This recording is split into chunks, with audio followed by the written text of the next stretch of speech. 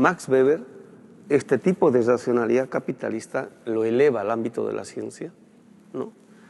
Desde ese entonces, no solamente la acción del capitalista, sino del burócrata que hace pertinente el funcionamiento del capitalista, que fundamentalmente es el derecho moderno.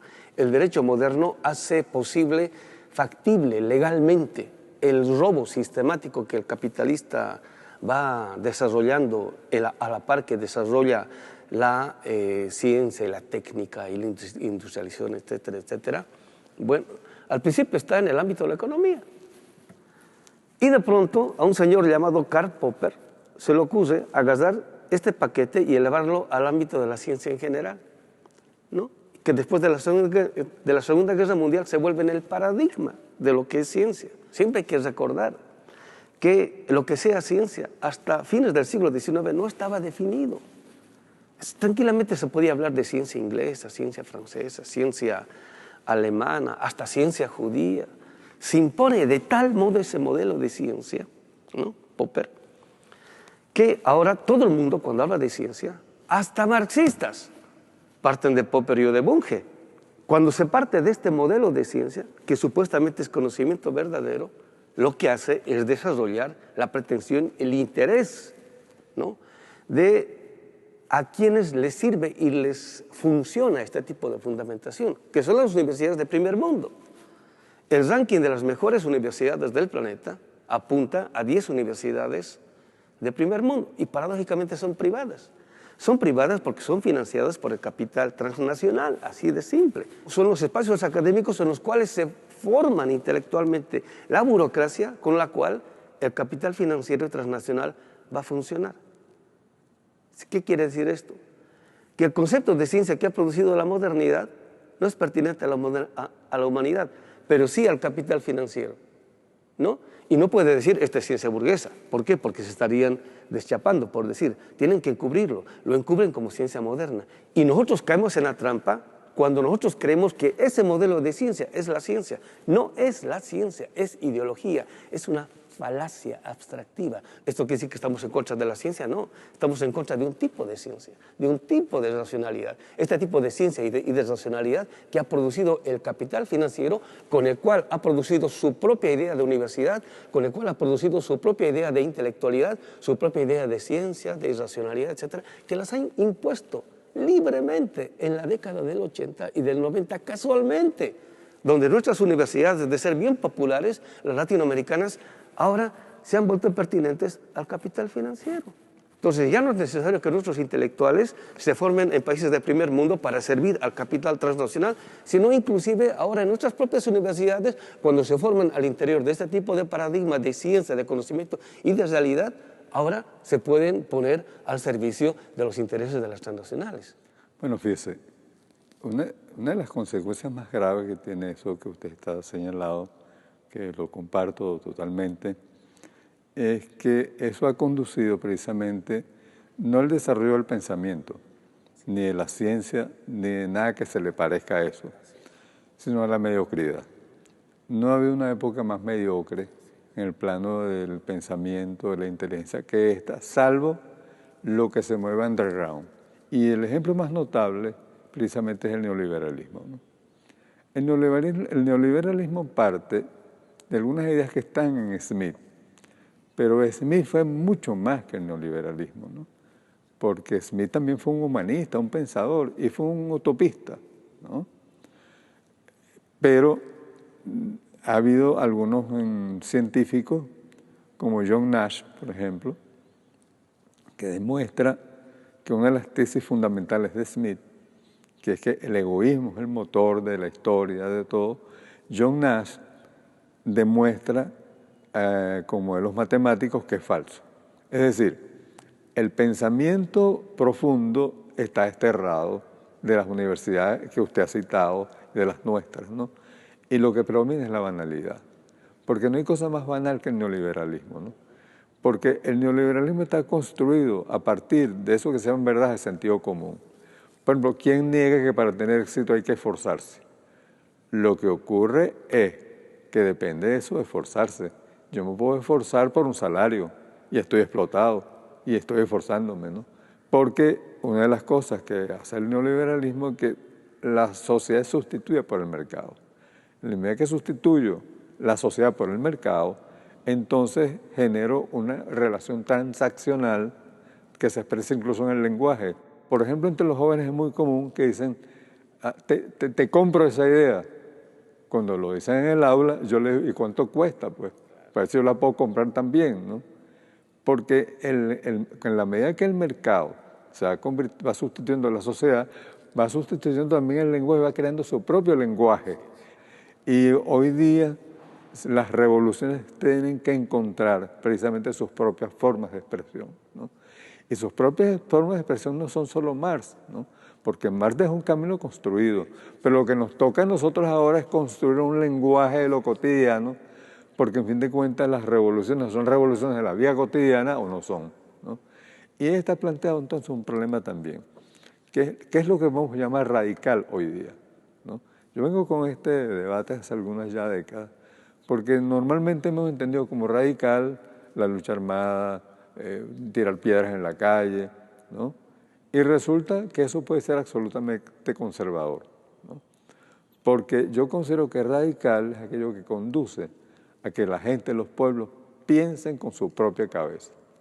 Yo sostengo que no hay acto radical si no conduce a eso. Si conduce al paternalismo, es tan conservador, se está tirando piedras, así haciendo la lucha armada, así haciendo las formas que hasta hoy día hemos considerado lo más radical. Por ejemplo, yo participé en la lucha armada en los años 60 pensando que estaba realizando una acción radical. Y después nos dimos cuenta que habíamos cortado el proceso espontáneo de la población hacia su propia radicalidad. Y eso tuvo que ver con la idea del sujeto revolucionario. Pues el sujeto revolucionario, entonces es una vanguardia ilustrada, y eso viene del ende, que la conciencia se introduce desde el exterior. Entonces, alumbrados por esa idea, marchamos hacia la oscuridad, que fue separarnos del movimiento espontáneo de la población que venía creciendo, ¿no?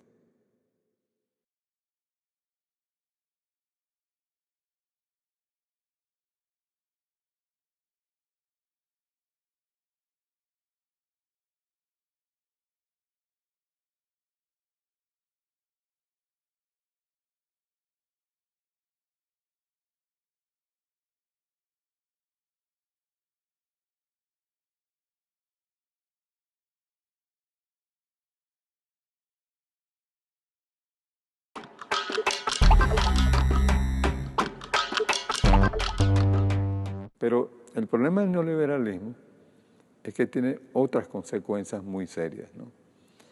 Y es la idea del éxito, ¿no? Hay una idea sobre el éxito que significa llenarse de objetos materiales, ¿no? Por eso es que cuando le damos a la gente una casa bien equipada, la gente quiere más, porque esas son satisfacciones que en lugar de desarrollar esa profundidad del alma humana, ¿no?, lo que hace es que mate el alma humana y la llena de corotos, como decimos en Venezuela, ¿no? La llena de artificios y mata la poesía. El pueblo venezolano es poeta por naturaleza. Uno encuentra cómo habla la gente. Por ejemplo, mi mamá cuando le preguntaban que cómo estaba, ella respondía, yo soy como la reina mora, que a veces canta y a veces llora. ¿Cuál mamá contesta así hoy día, ¿no? Contesta con una cuña de televisión, seguramente, ¿no? Entonces, eso es neoliberalismo, ¿no? Un conjunto de ideas recogidas para idiotizar a la gente, ¿no? O sea, lo más idiota que existe en el pensamiento se ha sistematizado, ¿no?, y se ha convertido en academia, ¿no? Y entonces eso es lo que le enseñan a nuestros estudiantes. Solo que se estiliza, como dicen ellos, con el lenguaje matemático. Y eso tiene consecuencias políticas muy serias, ¿no? En el actual proceso venezolano, uno de los problemas quizá el más grave, y se insiste poco en eso, es que el presidente Chávez construyó un imaginario, ¿no?, recogiendo de la gente, ¿no?, fue tomando todo lo solidario, todo lo cooperativo, y lo elevó a un pensamiento combinado con la música, con el pensar, con el sentir. Y entonces Chávez desarrolló mucho la emocionalidad Y cuando la gente se emociona se vuelve peligrosa, se vuelve subversiva. Y buena parte de lo que construye Chávez es eso, una subversión poética, una subversión emotiva, una subversión donde están envueltos los sentimientos. El imperio descubrió eso. Y cuando lo descubrió, comenzó entonces a golpearnos ahí. Y lo que hay en Venezuela, de verdad, bueno, es mi creer, es un proceso de destrucción sistemático de ese imaginario colectivo, solidario que construyó el presidente Chávez. Entonces, en lugar del desarrollo del pensamiento idealista, de ese lado derecho del cerebro, que es el lado que sueña, ¿no? Entonces están trabajando con el lado lógico, que es el que desvirtúa los sueños, el que desvirtúa la poesía, y nos han metido en un barrial, ¿no?, de bachaquerismo, de compras nerviosas, como se dice, de pensar que no tenemos, y entonces como no tenemos, en lugar de 1 kilo compro 10, ¿no?, para profundizar la crisis, ¿no? Entonces, ese problema es el problema de nuestra revolución, ¿no? Y por eso esta revolución la tiene que salvar otro poeta como fue Chávez, ¿no?, y que cantaba, que bailaba, que recitaba, ¿no?, y puso a la gente en eso. Y por eso surgió tanto movimiento teatral, musical, el literario. Nunca, y que me desmiente el ministro de Cultura, había habido en Venezuela un momento cultural tan intenso como el que hay hoy día. Y esa va a ser la salvación de esta revolución. Esos que andan cantando, que andan soñando, que andan recitando, ahí está la semilla de donde podemos partir, y ahí está la semilla donde nos vamos a levantar como pueblo para terminar esta revolución. Y el problema entonces es cómo reencontrarnos con ese pueblo que anda cantando, que anda soñando, porque de lo contrario nos metemos en la lógica neoliberal. La lógica neoliberal no es simplemente darle importancia al mercado.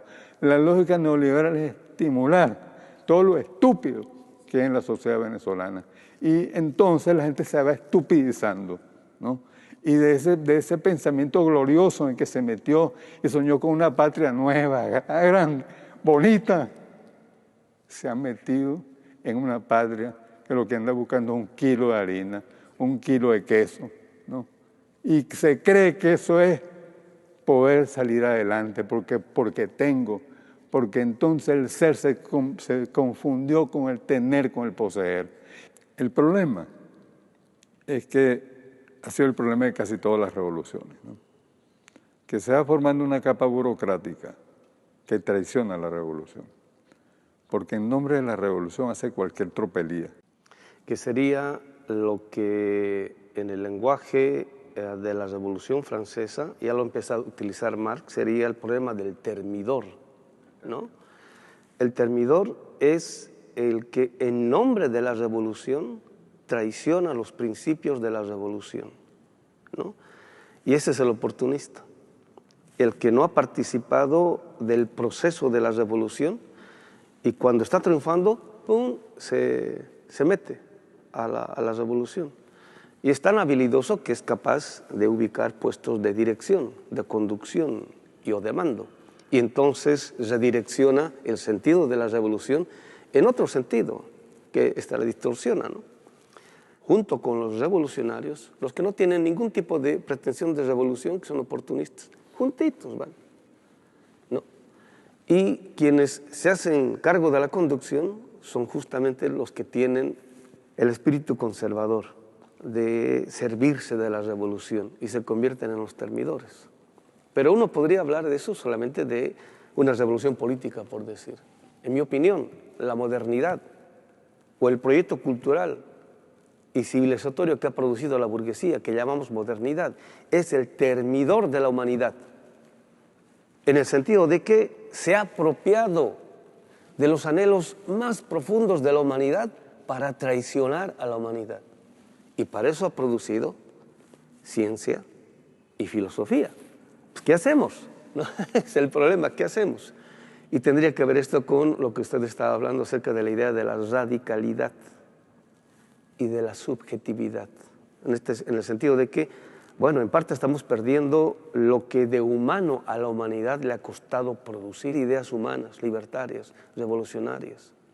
Por toda esa historia no es tinta lo que corre, sino sangre humana. Hay vida detrás de ello.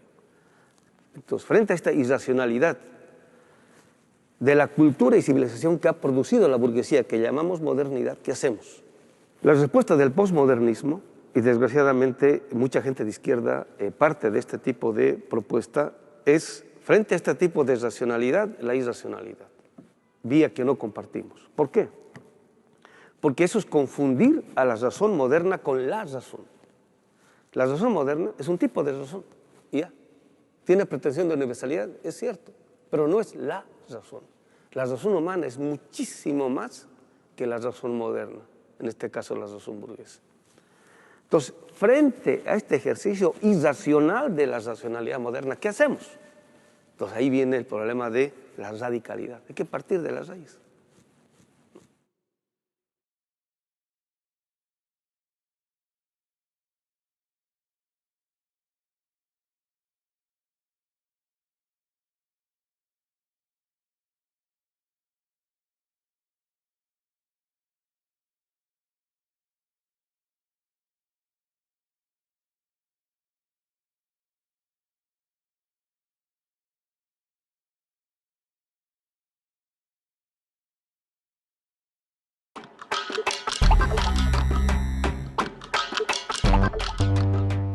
Siempre recuerdo yo a un maestro que tuve, Eduardo Nicol, él decía, lo más humano es lo más radical que hay. Y cuando se trata de pensar la humanidad en última instancia, hay que ser lo más radical posible. Y la raíz de todo es lo más radical. ¿Y dónde está la raíz? Y hacía un giro hacia el principio, ¿no? La raíz está en la raíz, está en el origen, está en el principio. ¿Y dónde está el principio? ¿No? Entonces él miraba y dice, están los griegos, ¿no? Entonces yo me ponía a pensar y decía, bueno, a ver, vamos a hacer ese ejercicio, ¿no? Así de mirar a la raíz de todo, de dónde surge todo. Y hacía yo el mismo giro y nunca encontraba a los griegos, siempre estaban los pueblos andinos, el mundo andino, amazónico, los aymaras. Es lo que yo veía como el origen de todo, ¿no? Digamos, por decir, digamos, de mi universo, de mi propio horizonte cultural e histórico. Eso es lo que yo nunca veía a los griegos. Entonces, de pronto me di cuenta de que esta tradición, la actual, la moderna, tiene su propia raíz, que no es la raíz de la humanidad, es la raíz de un tipo de humanidad, pero no es de toda la humanidad. Y que en la modernidad lo que se hace sistemáticamente es negar y excluir todo lo que no es europeo u occidental. Se lo hace invisible, se lo condena al olvido. Es una negación sistemática y total, que básicamente es el 70% de la humanidad. Son todos los pueblos del sur, anteriores en milenios a la modernidad. La modernidad apenas tiene 500 años. Es nada en comparación a la historia de la humanidad. Los sabios de los pueblos originarios dicen, ¿no? La gran contribución de nuestros pueblos a la historia de la humanidad es que hemos aprendido a desarrollar el cerebro derecho. El cerebro derecho es el que está conectado no solamente con la naturaleza, sino con el universo. Lo que hace la modernidad, y hasta la neurobiología lo demuestra, solamente ha desarrollado el hemisferio izquierdo, que es el instrumental, el que constituye a todo en objeto, ¿no? Se ha desconectado del cerebro derecho. Es el poético, es el sensible, es el que intuye, capta los grandes misterios de la humanidad. Nuestros pueblos originarios, para hacer grandes viajes siderales y espaciales, no necesitaban de la técnica, no necesitaban de los cohetes interespaciales. Gracias a este tipo de conexión, ellos podían captar el sentido del universo, que en última instancia toma autoconciencia en nuestro cerebro. Cuando se eleva más allá del cerebro reptiliano, atraviesa el sistema límbico. Y entonces, ¿no es cierto?, podemos hablar de humanidad.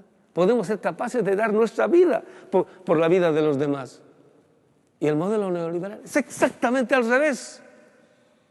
Entonces, ¿cómo podemos destruir esto? Construyendo otra idea de humanidad, de ciencia, de racionalidad, de universalidad, de filosofía, etcétera, etcétera, partiendo de lo que sistemáticamente ha negado la modernidad. ¿Qué es aquello que ha negado? nuestros pueblos, nuestras culturas, que son en milenios anteriores a la humanidad. Yo siempre digo en las clases que de historia hacemos, todo pueblo, cultura o civilización ha sido capaz de permanecer en la historia porque fue capaz de producir todas las instituciones completas que una humanidad necesita para poder desarrollarse. De lo contrario, habrían perecido. Bien sencillito, con la idea de medicina. Toda cultura o civilización, por el propio sistema de alimentación que produce y de vida, produce sus propias enfermedades. Si no produce su propio sistema de la medicina, perecen, ¿no? Entonces, ¿por qué han permanecido milenios? Porque han sido capaces de producir una medicina que haga factible, viable y posible esta forma de vida. Y por eso, hasta el día de hoy, pese a 500 años de explotación y misericordia del capital financiero transnacional, seguimos aquí. Y por eso estamos hablando, en nombre de esa humanidad, en contra de la humanidad que ha producido la burguesía, el capital financiero y la modernidad. Por eso, nosotros no partimos ya de esta tradición occidental y o moderna, partimos de nuestras tradiciones y el sentido aparece otro. Hay esperanza para esta humanidad, siempre y cuando tomemos conciencia de eso, ¿no? La aparición en esta coyuntura histórica del compañero hermano Hugo Chávez no es casual, no es casual. La aparición en esta coyuntura de una humanidad que es capaz de percibir sensiblemente, ¿no? Apropiarse sensible, sentir sensiblemente este tipo de humanidad, como la del compañero hermano Hugo Chávez, del Che Guevara, ¿no es cierto? No es casual, no todo está perdido. Es más, ¿no es cierto? Convivimos con esas otras formas todavía, pero pareciera que no existieran, porque nosotros estamos siendo atosigados, acosados sistemáticamente todos los días por el tipo de visión que sigue queriendo imponer el capital transnacional, ¿no? Y por eso que siempre digo, ¿no? Ser en el mundo hoy, digo un poco la respuesta a Heidegger, ya no es desistir, ¿no? Ser en el mundo hoy es empezar a transitar en la perspectiva de esa historia y memoria cultural que nos han legado milenariamente nuestros pueblos. Entonces, junto con Walter Benjamin podemos decir, señores, ya no queremos el futuro que quiere imponer este sistema de dominación. Ahora es tiempo de darle un golpe de timón. Este golpe de timón, el sentido de este golpe de timón, este giro, más allá de la linealidad de la historia, lo están marcando los pueblos del sur. Por eso decimos que nuestro norte ahora está en el sur. Bueno, quería completar un poquito sobre el tema del radicalismo, ¿no? Yo celebro toda su presentación y quiero complementar algo que para mí es esencial, porque tenemos que desprendernos de la idea de que la conciencia se siembra desde fuera, ¿no? Porque si no, entonces será falso todo lo que usted está diciendo. Y no es falso, es verdadero. Y yo creo también en lo que usted dice, ¿no? Hay un ejemplo muy claro en Venezuela. El golpe de abril de 2002, ¿no? En golpe de abril, el presidente Chávez fue hecho prisionero. Los medios de comunicación fueron silenciados. Todas las formas en general de comunicación colectiva desaparecieron, salvo las populares, ¿no? El pueblo fue capaz de movilizarse y rescatar al presidente Chávez. Sin esa acción, el presidente Chávez se ha sido hecho prisionero y trasladado a Estados Unidos como Noriega, con todas las diferencias y las distancias con Noriega, ¿no? Entonces me parece que es vital establecer que la conciencia no se siembra desde fuera y que por lo tanto una acción radical se define por la posibilidad de lograr que la gente piense con su propia cabeza. Gracias. Un gusto, un placer haber platicado con usted. Igualmente. Muy bien. Muy buen interlocutor. Gracias.